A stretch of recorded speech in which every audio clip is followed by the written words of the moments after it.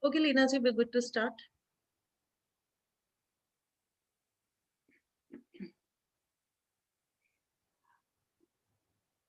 I'm the host now, Pia.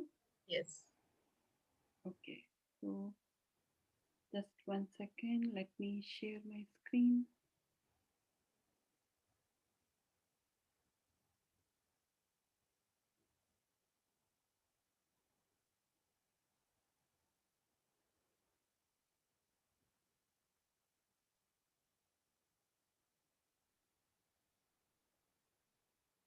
So, hello everybody.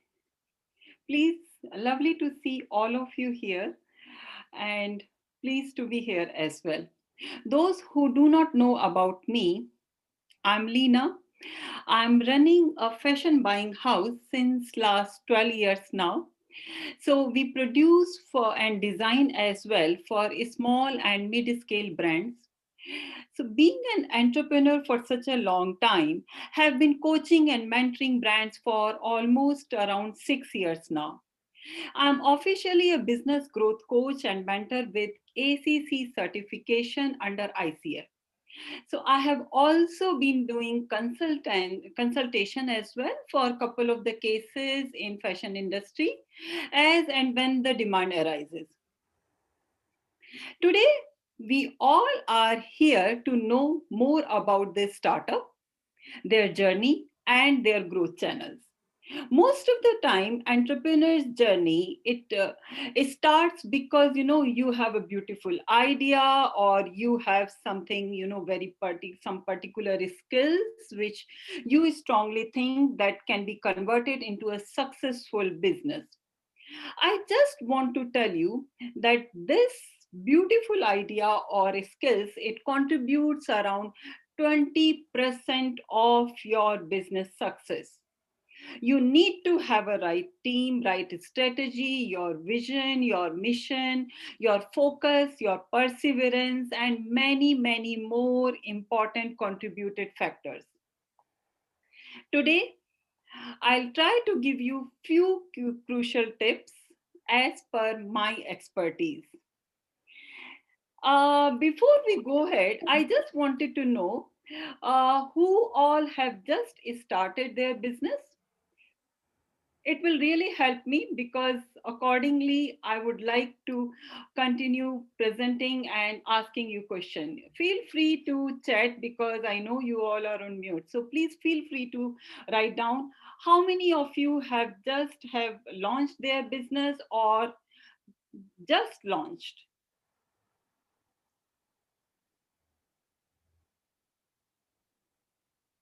Yeah, I'm not able to access the chat. Maybe you can let me know.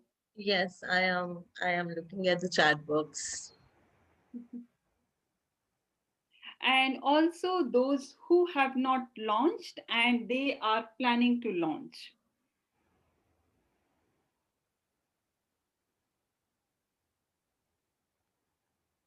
Right. So this one who Leah, she's just started 5 months ago. Okay. Anybody else, please feel free because then only it is going to be more helpful and productive session for you.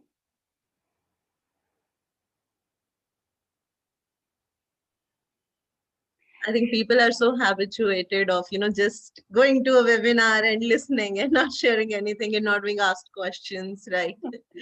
I guess you can continue. Okay. So uh, they say that best learning comes from practical examples. Today, I'm going to present two case studies which are as close as the practical learning as possible. These two case studies, they include most of the details any startup should know or should be careful about and planning for it. These are not only relevant for fashion industry, but they could be relevant to any startup because they are catering everything from planning to branding, people management, financial planning, logistics, marketing, cash flow, and more important, how to start with small investment to go bigger. I have worked with these both these brands. With one as a supplier, I produce for them, and with another one as a consultant. Here, I would just request you to pay attention on two pointers. One, how any of these stories connect to your current business challenges. Please take out your paper and pen. Please keep listening these case stories. Generally, case stories are first to be shared and then to be discussed.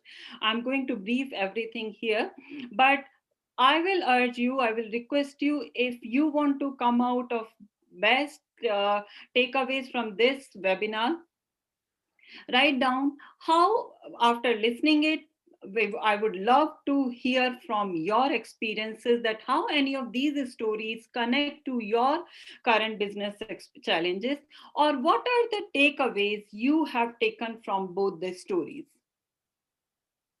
So let's start.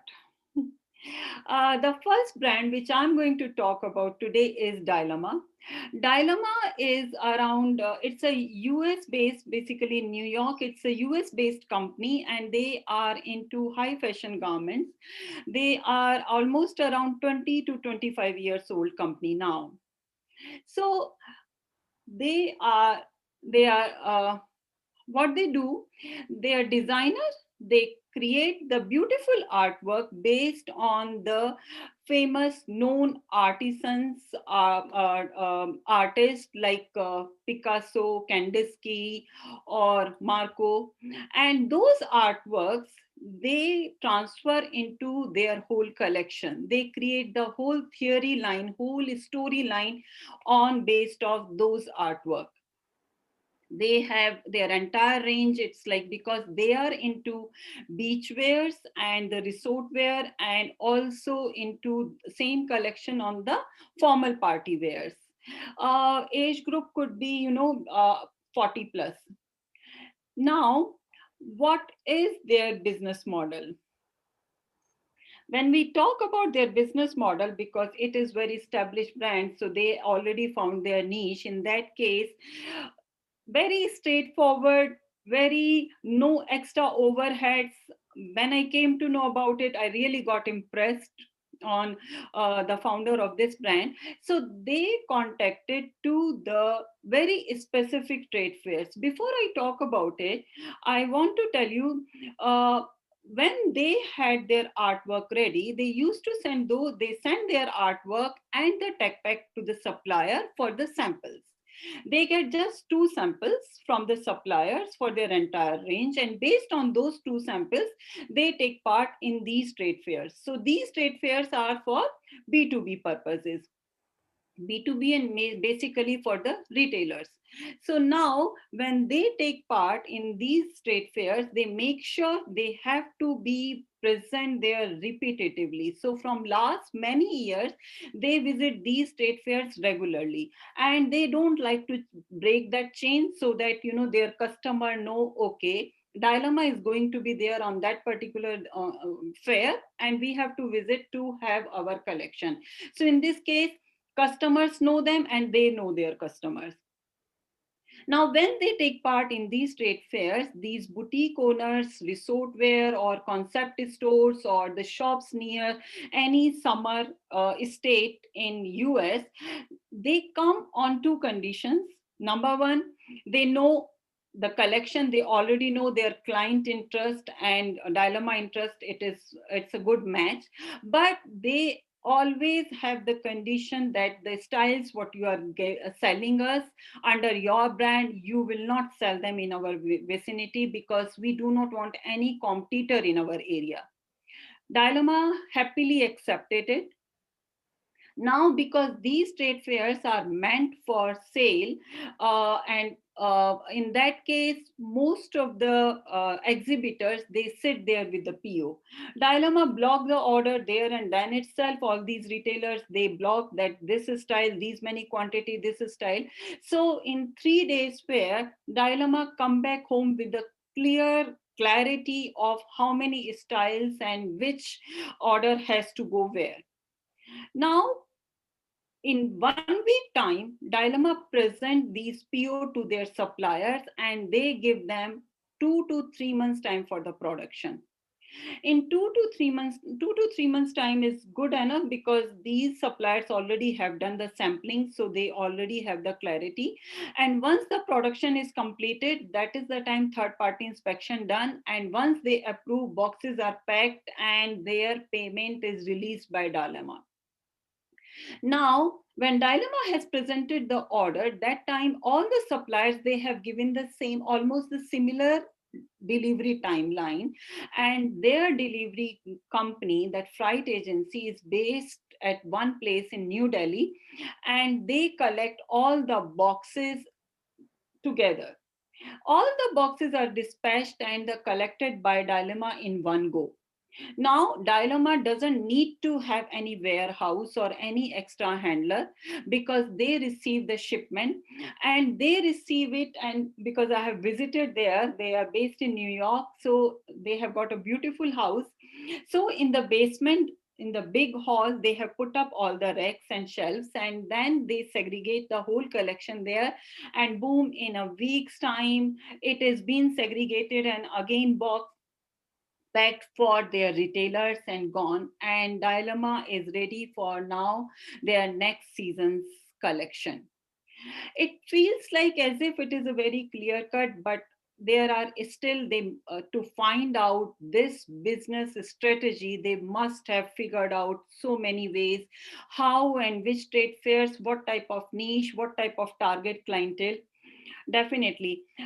Before I move ahead, I have to tell you something because this is very close to me. Whenever we as a supplier, we create any sort of collection or production, we are not supposed to keep even a single piece of that sub clientele. But here I requested Dhun, the lady name is Dhun, I requested her, can I wear one of her kimono?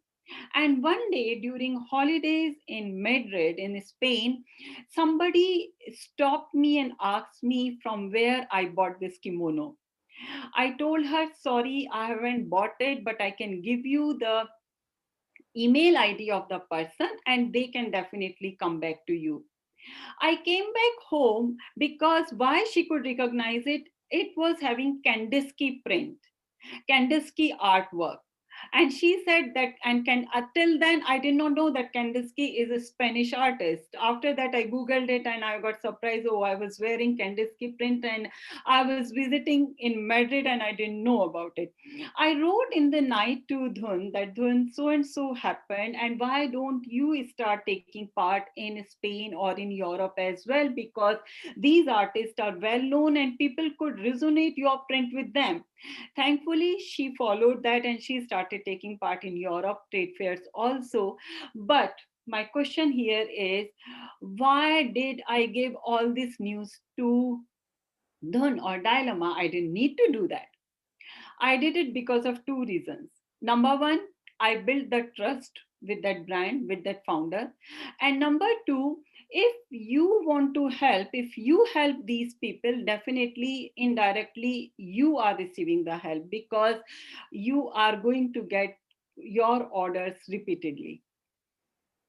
Let's move to another brand now.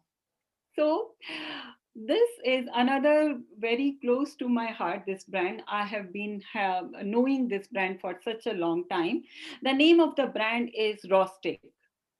So again, Rostic, it was launched in 2016 and they are into mid-segment fashion. Beautiful aha style. The founder Ritika, let me talk about the whole process here. Little bit complicated way of full execution. So the founder Ritika, she herself was a designer, quite young. She invested lots of time and energy in creating this beautiful collection. She had the clarity on her target audience, their target age, their geography, price range. It was quite affordable. She had the dream of going big as soon as possible. So she contacted only few selected marketplaces with whom she can maintain her brand value proposition. Now, even though the commission of these marketplaces was a bit high, but it was okay with her. So these portals, they asked her to create a range of 100 styles, and that too she agreed. She developed her website now because she wanted some sales without the commission of these third party portals. Gradually, retail sales picked up. Now she developed a team of 4 people, from retail handler to the designer. She added 15 new styles every month to maintain the quality. This was very important for the retention of the clients, of course, definitely. Till now, even though the sales was moderate, but this girl is so ambitious. Initially, in the beginning itself, she contacted few big bloggers, influencers, couple of Bollywood actresses for her brand awareness. She outsourced a very big social media marketing company as well. Definitely, it helped her in knowing her competitors and how to differentiate from, themselves from her competitors. So now, Rostic very soon it became visible and likable brand because she invested beyond her investment flow. She definitely having cash flow problems. So she offered partnership to two known fashion experts in lieu of one third of her company's share. Now it was a private limited company and with very strong financial backup support. Now she created beautiful office for herself, a warehouse, a showroom. She hired 2 sales agents for some B2B orders. It started working out, and now her boutiques started contacting her for their store requirement. Again, at the same contract that she will not supply the same style to her competitors in her area. At this stage, she decided to produce in bulk. And when she took that decision, she needed a warehouse to store them. So she rented a warehouse, and then her boutique owners and retailers, they started visiting her, and then her list got bigger and bigger. Now they all start, it's like once they reserve the styles, they are having it. She had the size issues because their ratio of the requirement was a bit different. She handled that as well. Now, till now, Ritika was hugely dependent on her suppliers. So now, to make sure for the timely delivery, she signed a contract with her suppliers. Her sampling requirement was on regular basis. So and she is also a perfectionist. So being a perfectionist, she used to go for the fabric purchase herself, which used to take almost her full day. She decided to have her own sampling unit, even though it added huge extra cost. At this stage, she had a sales of around 5 to 6,000 pieces per month. I'm talking about, I think, 3 to 4 years down the line here. And now, even though after having such big sales, she noticed some financial crunch. Her employees, her fabric mills, her manufacturer, her rent payment, they all were on immediate basis. But marketplaces paying in 30 days cycle, and that too for the styles she sold. Boutiques payments were in rotation. So despite her good sales, still around 30 to 40% of her inventory was in the stock, and that too in different sizes. So there was, in all this system till now, there was no monthly or weekly management information system for analyzing loss and profit in the company. Her warehouse and office rent was also increasing. Financial support from the partnership, it needed to provide them decent profitable return to maintain them. But she did a good thing. In beginning of 2019, she hired one consultant for support, for help. Now, that consultant, thankfully in this case, because I had been knowing her and she had full trust in me. She hired my services. Before going through the giving her the returns and giving my recommendations, I sat with her for around 3 months. I took care of all their documents. She gave me the liberty to talk to all their employees, which I did, and they all were very open and gave me the full support. Here, there were so many strengths I found in that case. Number one, she had got clarity on her audience. She knew about her brand value proposition. Collection was developed as per the target customer's geography and demography. She had fairly good understanding about her competitors, and she could differentiate her brand from them as well. She created her own clientele. She was aware of the latest fashion trend and the forecast as well. She knew her customers' likes and choices, and that was the reason retention rate with the customer was very high. Her pricing was competitive. She provided timely delivery. She was hardworking and focused. She was far, it's like, very good decision maker. Very fast she used to take the decisions, and that was the reason she was very opportunistic, very opportunity driven. Her social media company, they maintained the consistency in building her brand image. Now, when they were going through together, I hope everybody is with me till now, because these are the few logistic details every startup should think of. So now, when I was talking to the employee, I also came to know few pitfalls. So her company expenses, they were so huge that despite of the good sales, she could not generate a good revenue with handsome salaries for herself and for the partners. There were too many layers of the supply chain. She used to go herself for the fabric selection, then sampling done in house. Suppliers were there, they were supposed to go and collect the fabric, and then they were taking care of the CMT. She had lots of financial burdens on herself, lots of employees, so many other expenses. There was no management information system placed, even though she grew so fast. She was selling on many marketplaces. Those who are from India, they would be knowing, like Jabong, Mantra, Flipkart, and she was maintaining the inventory in her warehouse, but she was not keeping an eye on her returns. Those who sell on marketplaces, they would be aware that how we receive the returns, and especially in this circumstances, return rate has increased. So it payment. She had clarity on her long term vision, of course, but her step by step goal plans, mid-term and long term plan, short term and mid-term plans, they were not aligned with that.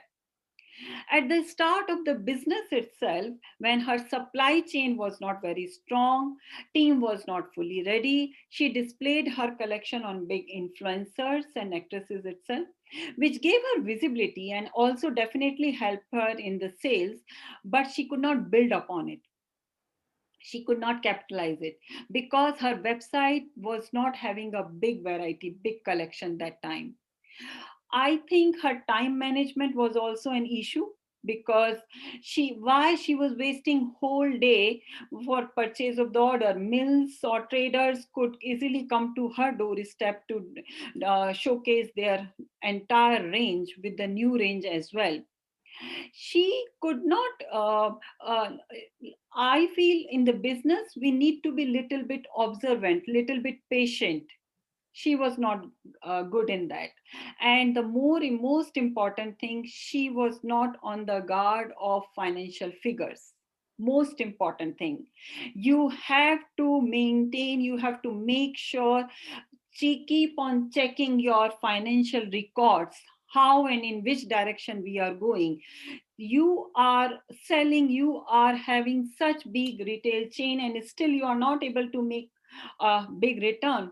Definitely there is some issue with that. Now, When I around it took me around 3 months taking out the results I was supposed to provide them. And generally, being a coach and a mentor, generally whenever we start working with any brands, these are few algorithms I always follow to find out their, from sourcing till their brand engagement, their customer retention, from beginning end to end, all points, whether they are online or they are offline. So in this uh, full logistic, this whole algorithm, generally it takes around 5 to 6 hours. I will try to just cover up quickly because we know that we do not have time.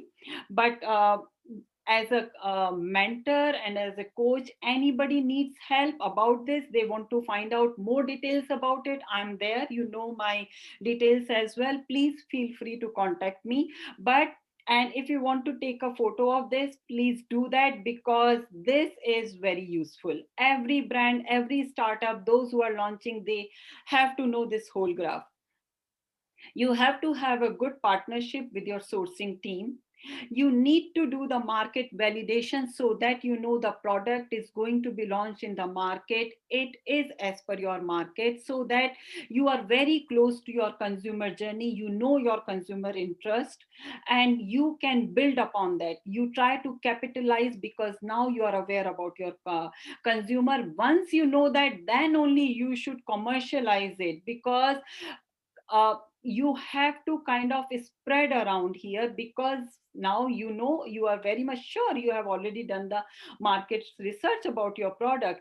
And then you try to get your user experience, because this is going to help your business planning, business strategy, your what type of practices you are going to continue with that.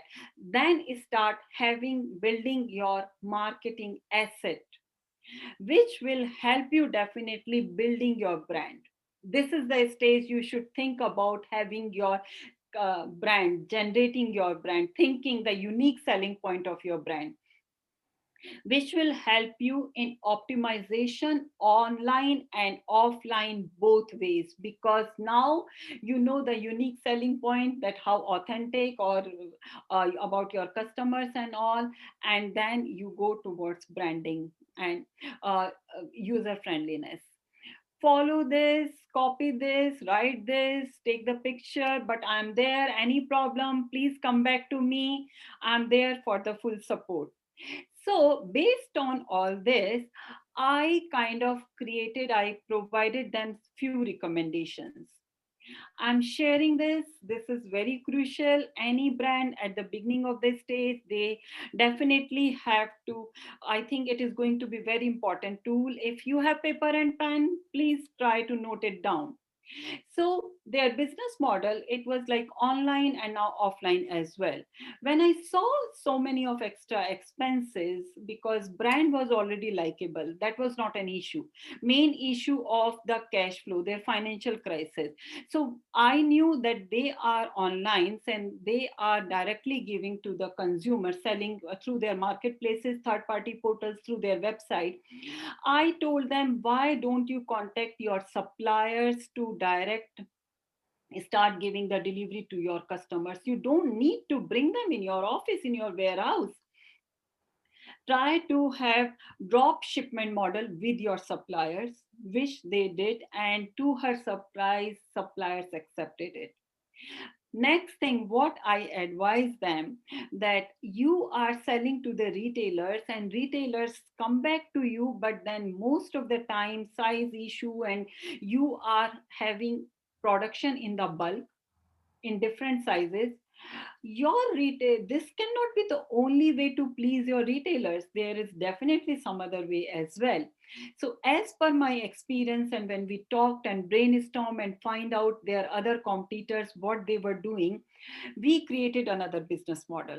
What we did here, I told them, take out all your collection and whatever you are going to do in the future, have a good photo shoot of it, and the photo shoot, try to make it as realistic as possible. Create a catalog, and when you create that catalog, make sure the flow of the dress, silhouette of the dress, hemming of the dress, color of the dress has to be very accurate, so that the retailers get the right idea of your product. They do not, misjudge that, okay, this looks like this in the picture, and actually when we received it was not like that, because cancellation of the orders happen because of this. So here they could cut the warehouse expenses. There is no warehouse requirement here, and they could also cut down a few of their employees. Definitely, sales agents played a good role. Also, I advise them, why don't you have few salesmen sample? So based on salesman sample, start circulating them, and you can get your orders. Once you know how many orders you know, calculate them, and then you have your supply chain, then develop that many collection, and it will help you in terms of removing your stocks. Third advice, which is another very crucial advice, and build on, and based on this I built my business model.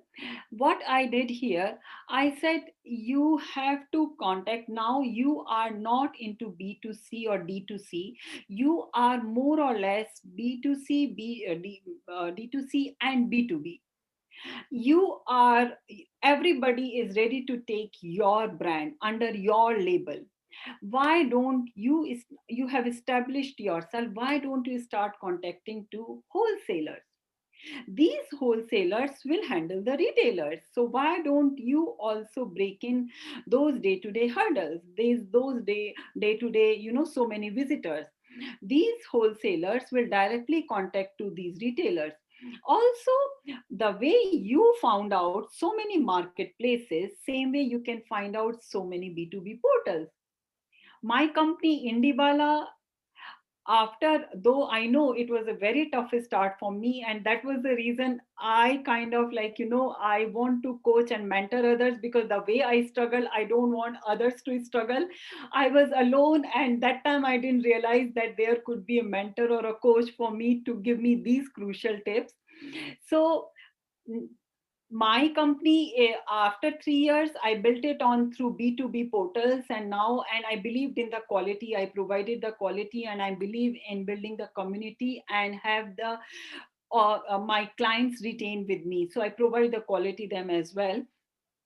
Now, I said these wholesalers will provide to the retailers, and those retailers will give to the consumers. So, break one more chain in between. It helped them in saving lots of cost, and also it helped them in many other ways in terms of functionality of the business, to simplify the business.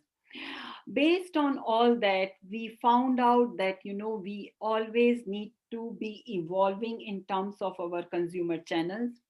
We have to have efficient cost structure, and always keep on having a guard on that.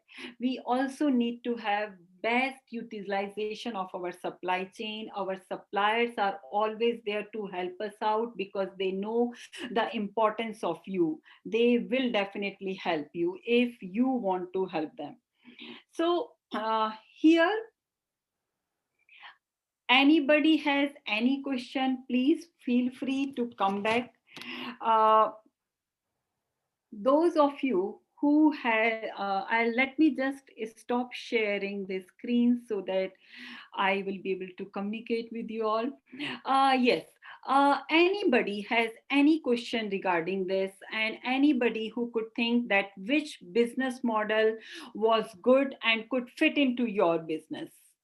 Anybody if wants to share anything, please feel free, because very crucial tips, I'm here to advise you. Hope you have taken the takeaways, those could be useful for you. Anybody if want to ask or want to write in the chat, please feel free to write. Also, I just want to add, we are launching our coursework on how to how to find your niche.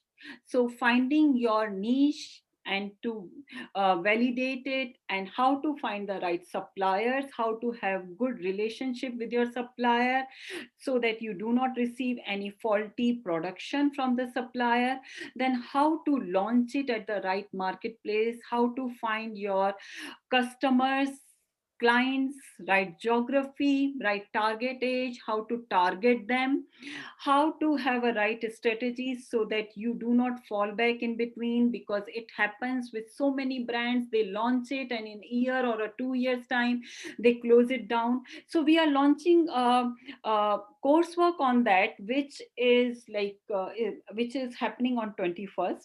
Please block the date, 21st.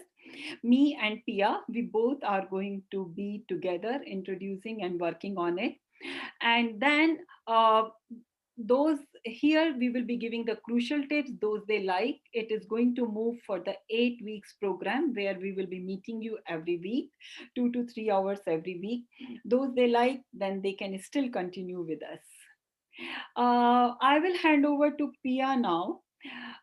Pia would like to add more thoughts on the same topic in terms of how to find the niche, how to find the strategy. Over to you, Pia.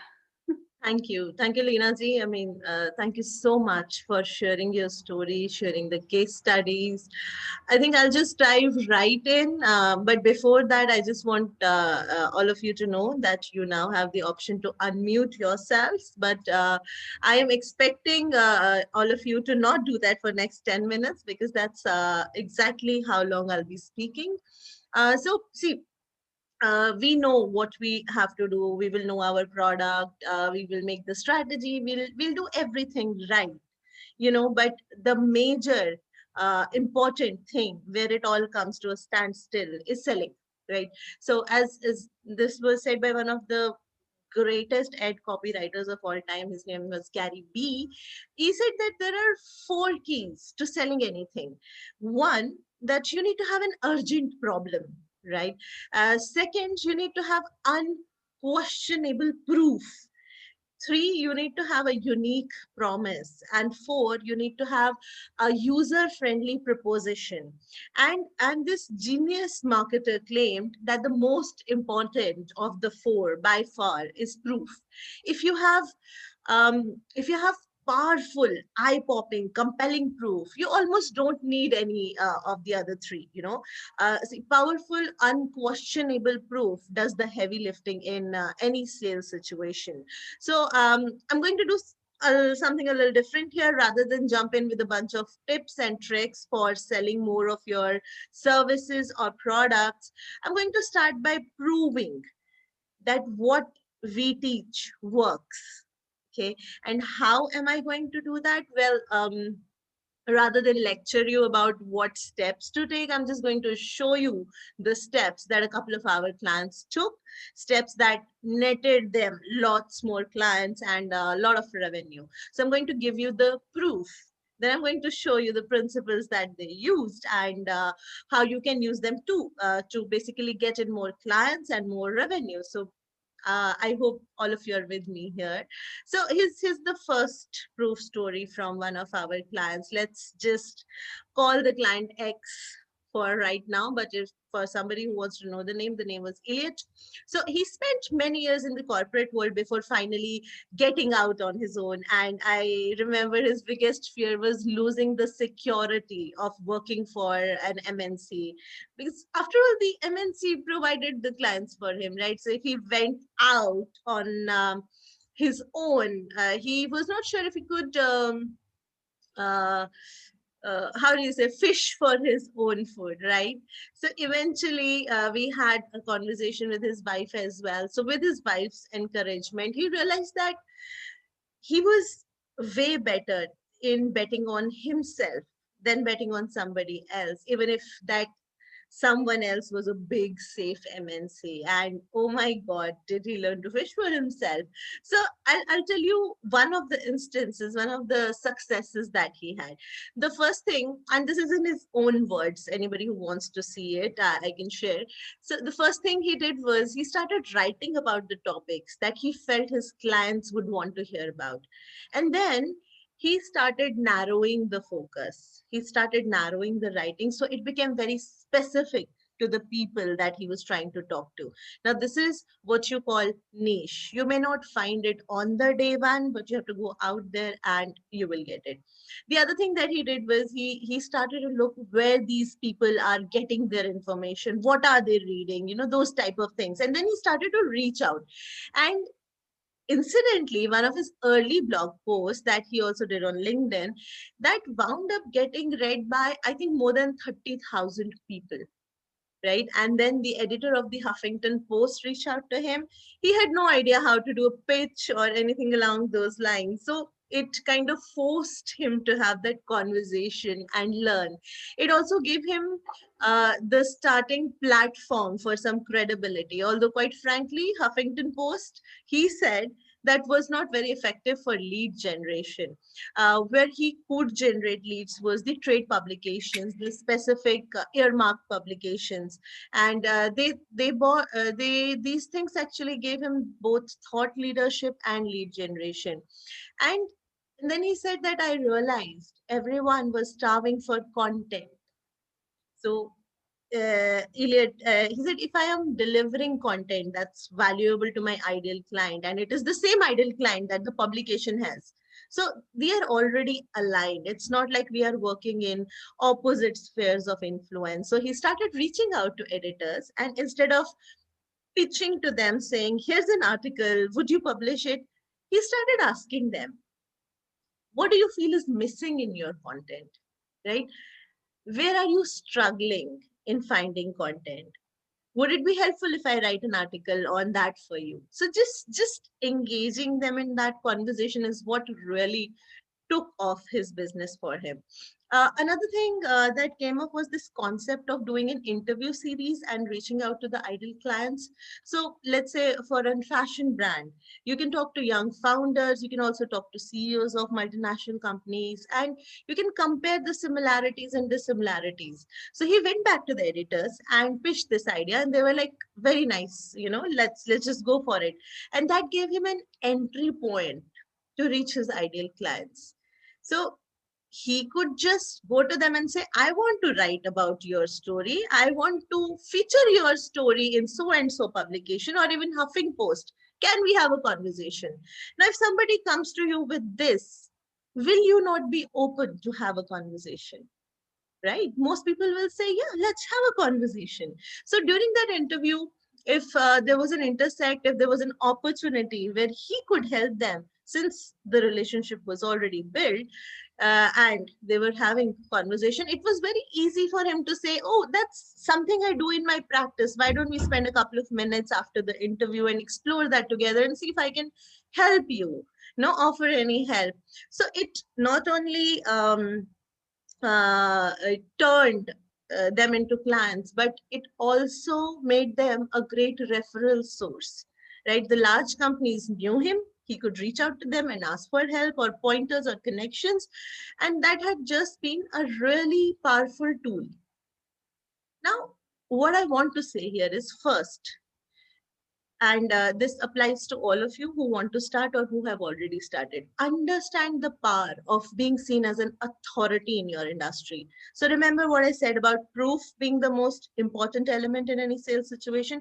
So if you're viewed as authority in the industry, that's one of the most powerful forms of proof you can possess, and writing blogs, articles, reports, guides, checklists, ebooks, and probably books on, self-publishing on Amazon. They're a fantastic way to prove your knowledge and authority.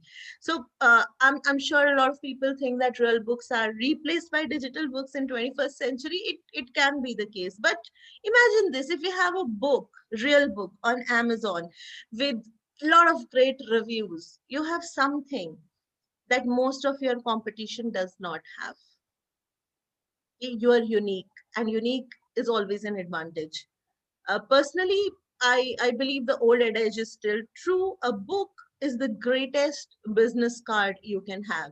I have written 3 books so far. The fourth one just came out, but you know, it does matter. It does give you an edge. And if you're thinking that writing a book is a massive undertaking, then you need to pay attention to the next lesson from this story.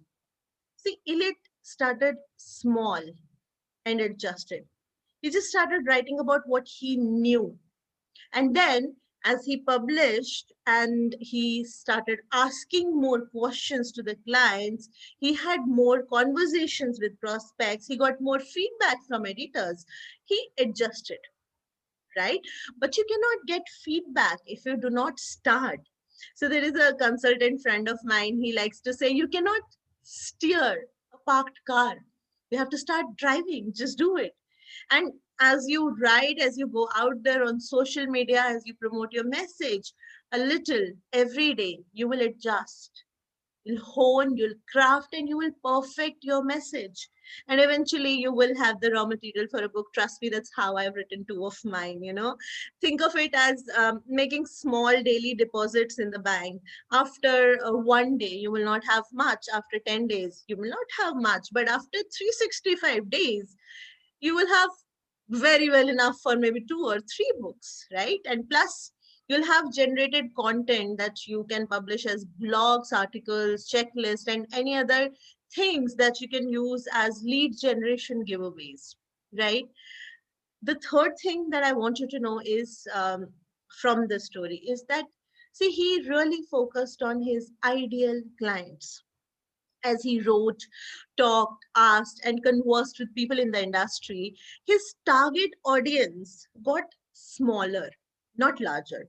Now, this is probably the most important lesson from this story, you know, and we shared it with him, and it is something that we teach all our clients in our coaching programs. So you might be thinking, why would I want my target audience of ideal clients to get smaller?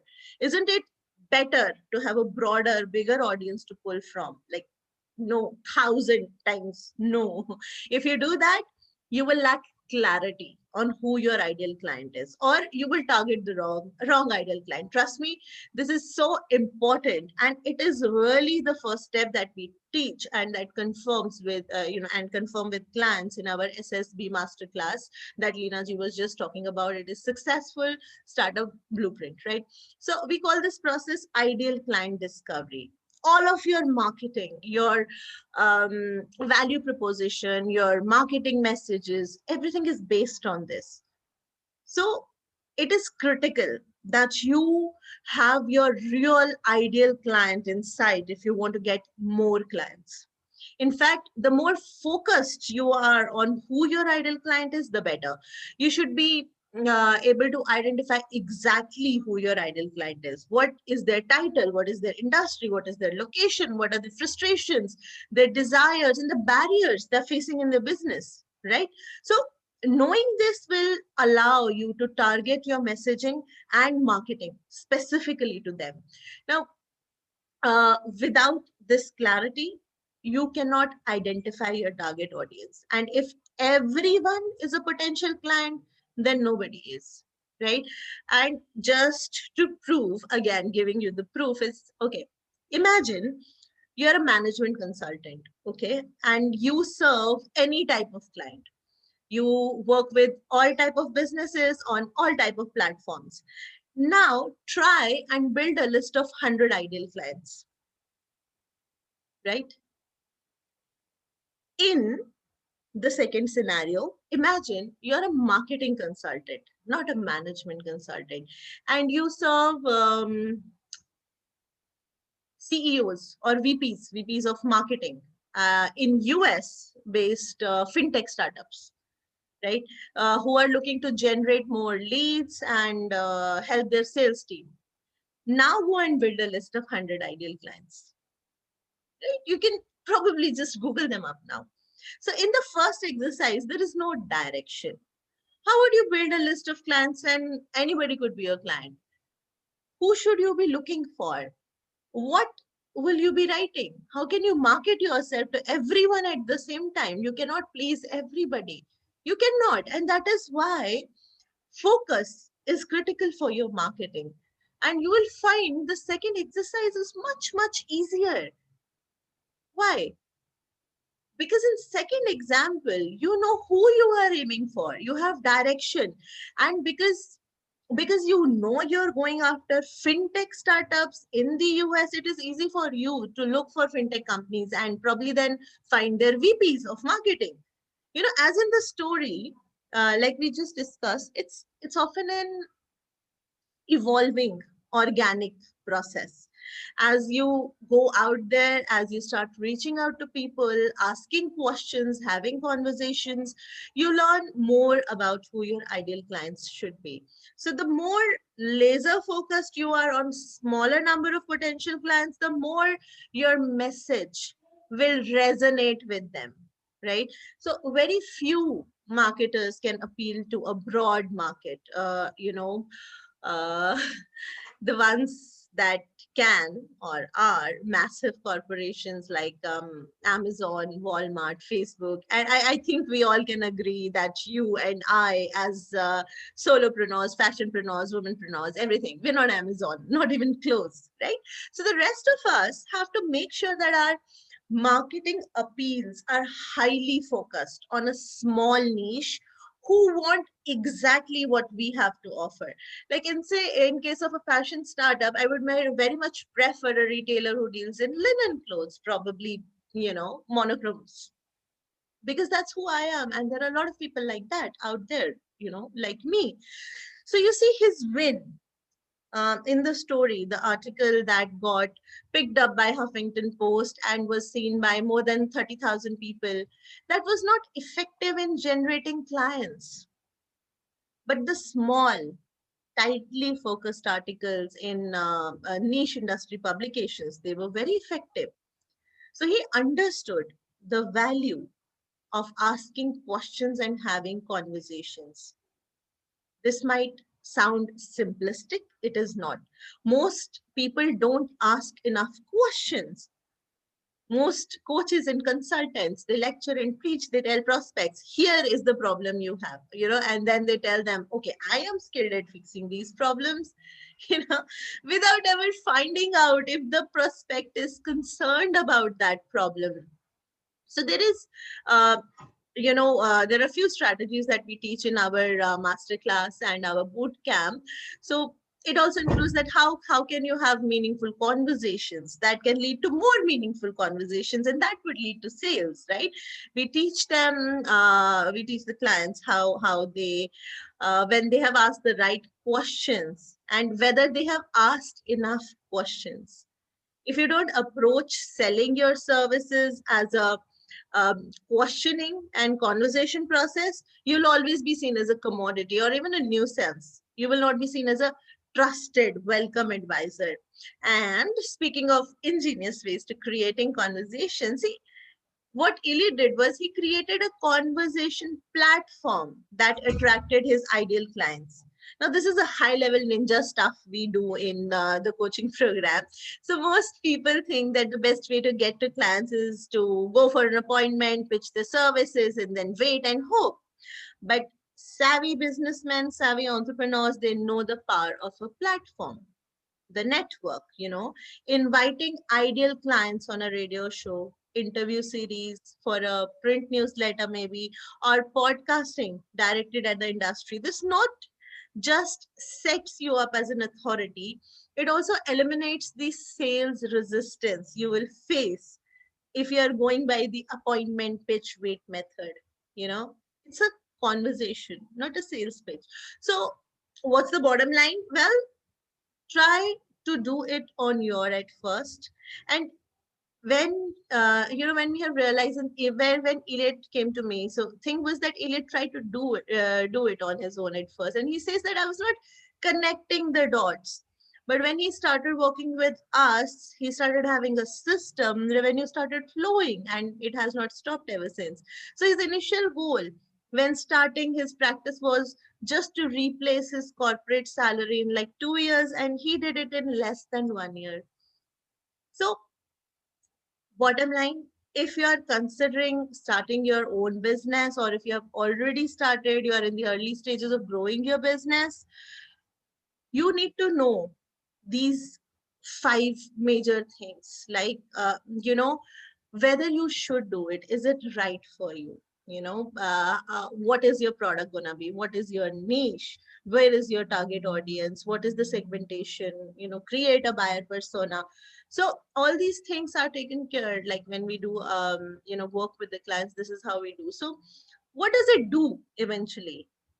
It basically without those uncomfortable cold calls and spammy emails, without chasing the Facebook, Twitter, LinkedIn shiny objects, without complicated and expensive software or probably website redesigns, and without maxing out your credit cards to pay for it, you get the methodology. You get the fast track, step by step implementation guide wherein Leena ji and I work with people to get their business plan right. And then we actually create it with you.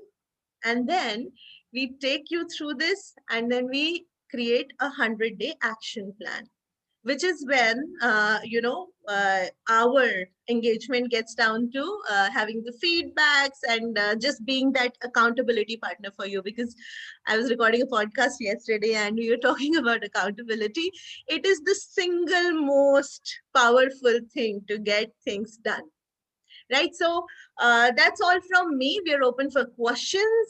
If you have questions, please feel free to write them, or you also have the option to unmute yourselves now. So let's go.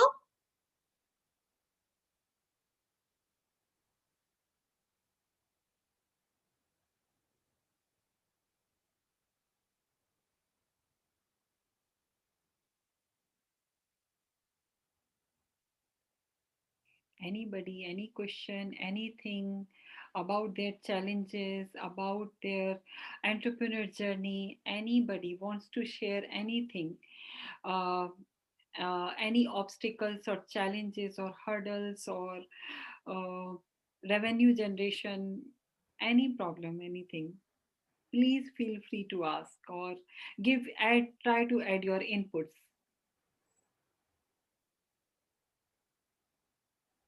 I guess we're good then. Thank you so much. Thank you, everybody. Thank you for being here. Thank you for listening to us. And if you have questions, you can reach Leena ji at the rate Leena Listens on various platforms. And I'm Pia Singh Sabarwal. I am available as Pia Singh Sabarwal on Insta and Facebook. And on LinkedIn, it is PR-Singh. So feel free to get back to us. Feel free to ask us questions. And thank you. Have a lovely evening.